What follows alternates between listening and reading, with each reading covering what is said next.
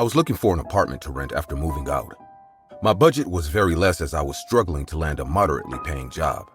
I was on the verge of living on the streets when I ran into an old school friend of mine. She was more of a classmate than a friend, honestly. We rarely talked as she was often pointed out as the weirdest kid in our class. She had a forever sticking smile and cold stare altogether on her pale white face. We never even saw her parents come pick her up from school. Little did I know about her, I almost failed to recognize her at first. I was coming from a part-time job when we kind of bumped into each other on the streets. She took one look at me and said, "Holy, what a surprise." I stopped and stared at her for a while. "Didn't you recognize me? I am Natalie, the weird kid." She smiled while saying that, and I did recognize her right there. I get extremely embarrassed for my bad memory.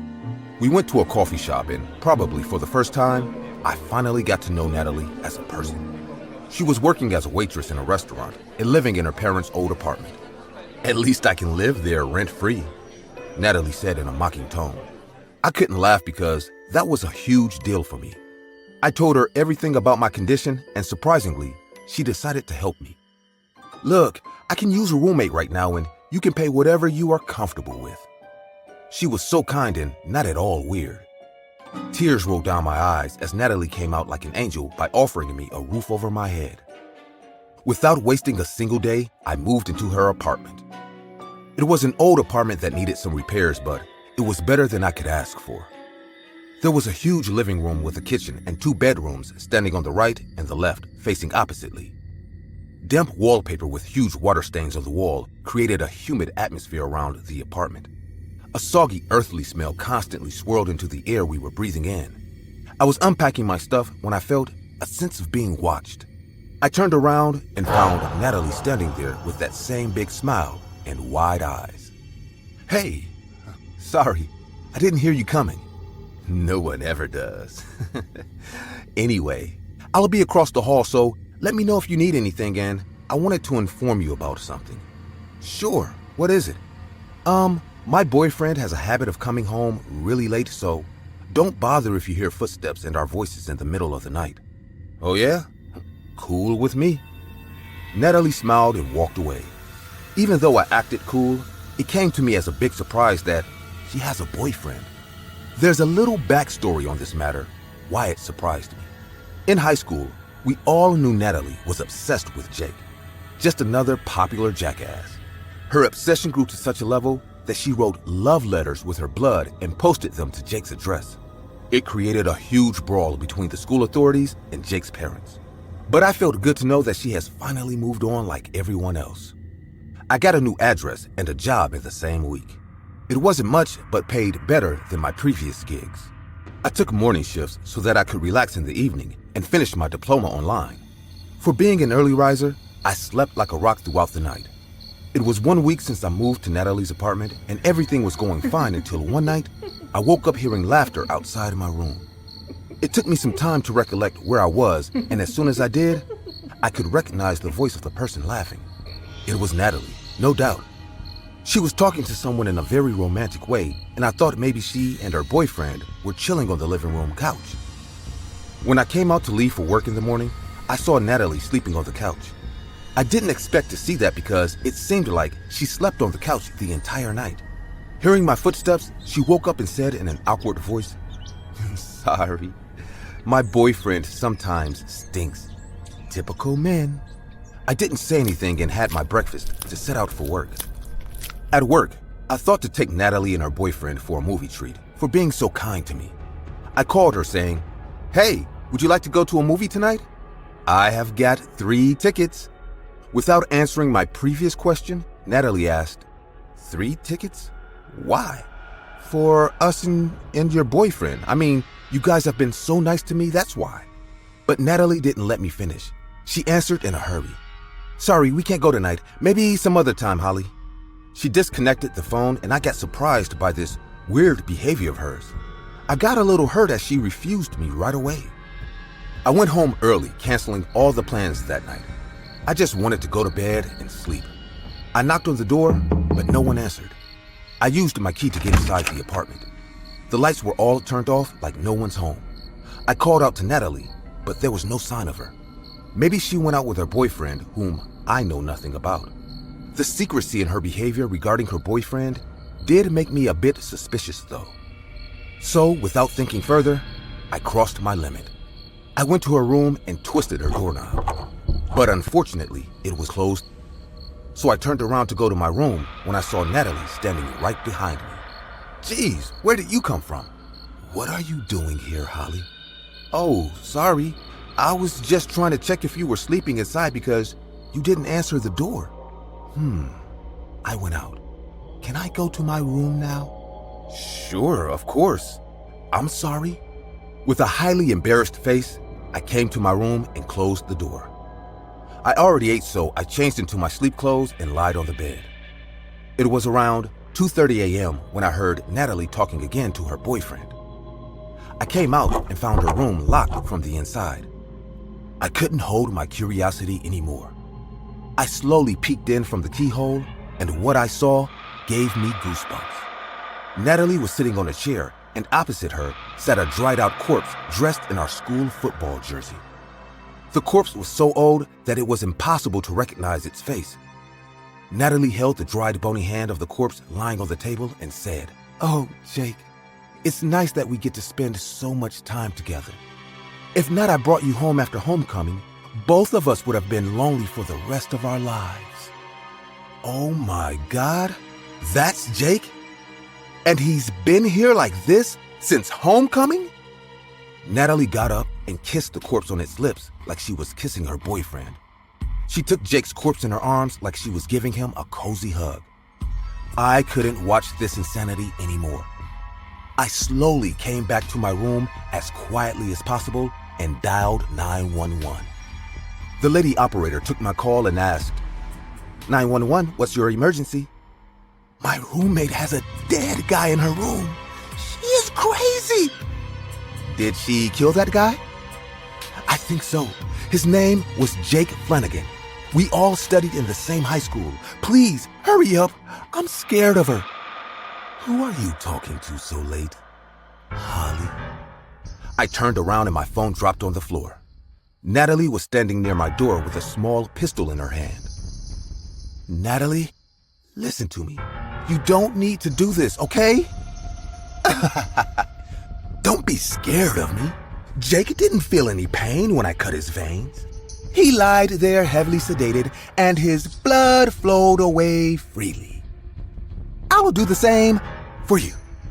Then I'll finally live happy with my boyfriend and my school friend. You'll be an added collection to my family." Her evil eyes gave me a piercing look as she went on explaining this horrifying plan. She escorted me to a room while threatening me with her pistol. For the first time, I entered her room. Candles were lit up like a seance, and the corpse made the air heavy with a reeking smell of rotten meat. She sat me down on another chair and started to tie me up to it. "You'll have no problem here. Ask Jake. He's been here for at least 3 years, and he is very happy. Aren't you, honey?" She looked at the corpse and smiled at him. I realized Natalie never got over her obsession with Jake.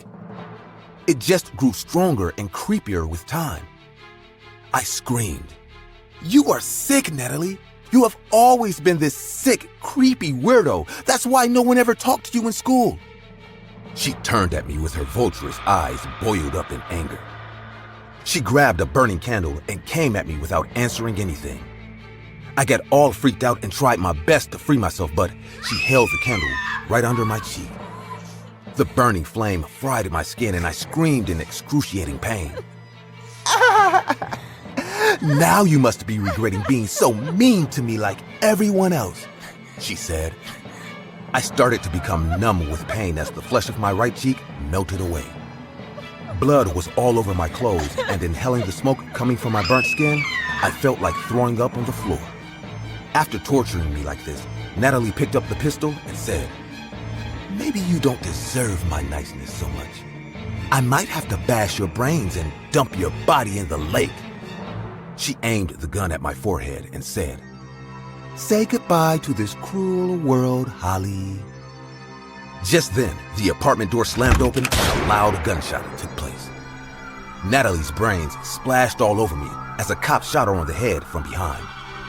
The 911 call never disconnected, so the operator could hear whatever was going on in the apartment. She traced my location and the cops arrived in time. Jake's body was returned to his family. His parents broke into tears discovering his death. He was missing for a long time, but they finally got closure on what happened to their son. I stay alone in a studio apartment now. I don't think I will ever be able to live with a roommate in my entire life. Hey guys, I see many of you commenting on my videos that this channel deserves 1 million subscribers. But I also see the percent of people who watch my videos aren't actually subscribed to the channel. So, if you like the content, want to support my channel, and want to see this channel reach 1 million subscribers, or maybe 500,000 subscribers, then go ahead, subscribe, and hit the bell icon. It's free, and you can always change your mind later. There is no such thing as a perfect roommate, but I do believe I was lucky enough to have found one. His name was Benjamin, and he was more than a brother to me. I started college about 3 years ago.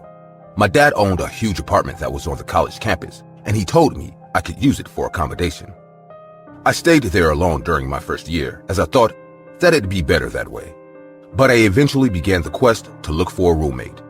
It took me a while to find someone, as everyone I interviewed seemed wrong. Well, everyone till Benjamin. I had met him the week before in one of my classes, and he was the perfect mix of everything. He was cool and he had a chill and calm aura. He was also social, as he had a lot of different friend groups. And he was really smart, as he helped me in a lot of my classes. One afternoon, during a class, I asked him to be my roommate, and he agreed. And after the amazing first year, we were like brothers. I remember once telling him, "Hey Benji, I'm so glad I met you, man. You are one perfect dude." I remember him replying to me with a weird look in his eyes, saying, "Nah, man, no one is perfect, especially not me." At that time, I didn't understand what he meant by that, as I didn't agree with him. But it took me 3 years before I came to realize that no one is really who they seem to be. After 3 years of amazing nights, great parties, and many great memories with Benjamin, the year 2020 came with a different tune and a slew of surprises. The unexpected lockdown being one of them. And while I know this affected everyone, it affected some more than others, as it began to bring out a side of my roommate I had never seen before. Within the first weeks, my roommate Benjamin had become a completely different person. The person who was once calm became highly irritable. His eyes were always puffy and red, and he always seemed anxious. He began to avoid me entirely. He also didn't eat right, and he spent most of his time locked up in his room. I tried talking to him numerous times, but I was always pushed away. One night, I remember waking up half asleep. My eyes were foggy, but out of the corner of my eye, I could have sworn I saw Benjamin diving his nose into what seemed to be a hamster. I didn't understand what was going on, as it looked like he was smelling the animal. I knew he didn't have any pets, so no matter how much I tried, my mind couldn't explain what was going on. I remember ignoring it and going back to sleep, as since we didn't talk anymore, I knew asking would do me no good. As the months went by, Benjamin became worse, as whatever was ailing him made him look depleted. It was obvious he needed something he wasn't able to get due to the lockdown. And the lack of whatever it was that he needed began to mess him up. Once again, I tried to ask because I really wanted to help him, but all my efforts were in vain. I remember telling him, "Just tell me what it is, man. I'm here to help you, and I can't do that if I don't know what it is." But as usual, nothing but silence answered me, as Benjamin had become mute. Little did I know that, by the end of the week, I would soon find out what he wanted. And it was something that I didn't want to give. It was on a Friday night. I had spent the whole day playing video games. As like everyone, I was inside all day, and there was nothing else to do. I remember walking into the kitchen, and I saw Benjamin standing there with a knife clenched in his hand. He was breathing hard, and his eyes were bloodshot red. I remember asking him, "What the fuck are you doing, man? I know you've been acting weird, but don't play like that." And that's when he looked at me with tears in his eyes and said, "I really don't want to hurt you, man, but I've tried and it's not working. I've tried getting it from rodents, but it's not the same. I need this, man, even if it's just a little." As he spoke, I could see the pain in his eyes, and I could tell that he was fighting with whatever was controlling him. I remember walking closer to where he was standing and telling him, "Look, man, I don't completely understand what you're saying, but I'm your brother, man, and I'm here to help, if you'd let me." And as I approached him to touch his shoulder, he viciously swung the knife at me. I narrowly dodged the attack, and before I could say anything, he attacked me again. I saw the look in his eyes, and I realized that whatever he had been fighting with for the past few months had completely taken over, and if I didn't defend myself, my roommate was going to kill me. He attacked me numerous times before I finally managed to get a hold of the knife, and we began to struggle. We struggled for a while as I fought to take the knife away from him, and as I was about to pry the weapon out of his hands, that was when Benjamin kicked me in the shin. The pain made me let go of the knife, and without thinking, he struck me again. This time, I wasn't quick enough to dodge it, and I felt the blade connect with my arm, and within seconds, blood was everywhere. My arm began to sting with pain as a pool of blood was forming on the floor. The scene was ghastly, but I wasn't ready for what happened next. As I watched my roommate Benjamin rush to the floor where the little pool of blood had formed, and with no hesitation, he put his head close to it and he began to inhale vigorously. The sight was sickening, as his face was covered in blood as he continued to sniff and inhale the blood like it was a delectable dish with a wonderful aroma.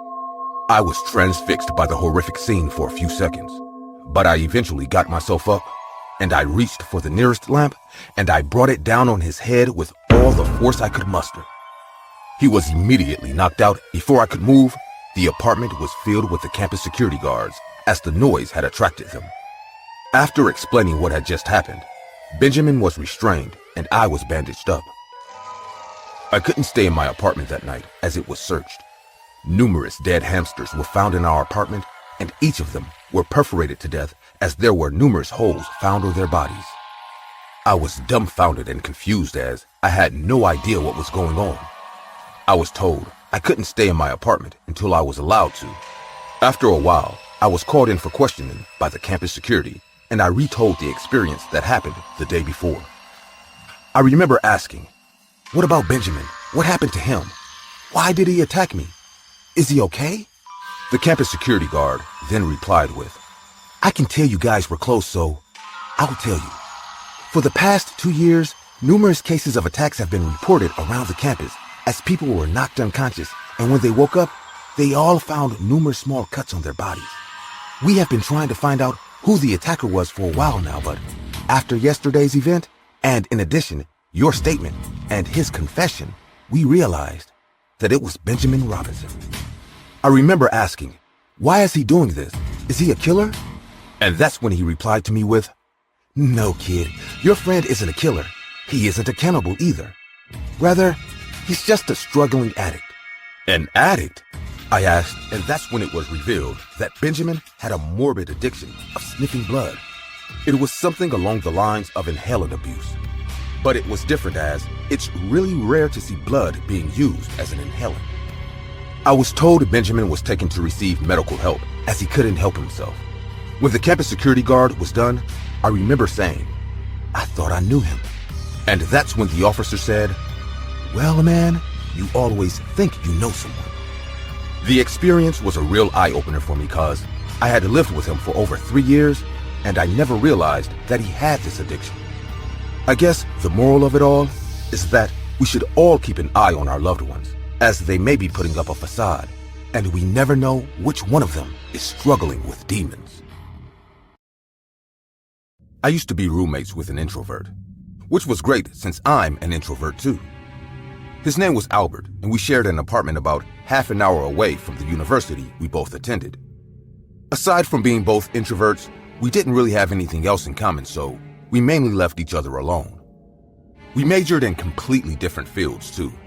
He was working towards a master's degree in paleontology, while I was studying computer programming, so we didn't even have any classes at the university together. For the longest time, our interactions were limited to eating breakfast together with barely any small talk. Then one day, I left the town for a week due to a family emergency. My grandfather had passed away from a heart attack, and I needed to be with my parents to give them support and grieve with them.